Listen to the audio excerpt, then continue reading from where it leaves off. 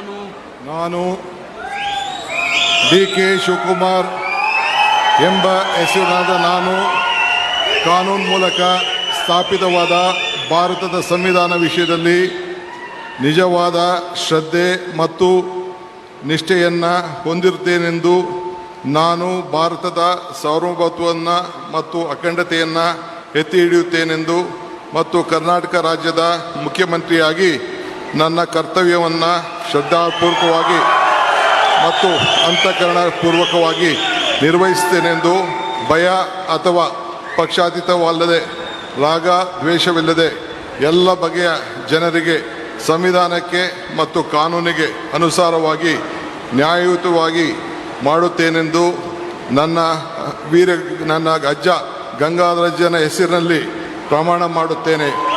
ಶ್ರದ್ಧಾಪೂರ್ವಕವಾಗಿ ಪ್ರತಿಜ್ಞೆಯನ್ನು ಮಾಡುತ್ತೇನೆ. ಮಾನ್ಯ ಮುಖ್ಯಮಂತ್ರಿಗಳು ಈಗ ಪ್ರಮಾಣ ವಚನಕ್ಕೆ ಸಹಿ ಮಾಡಲಿದ್ದಾರೆ.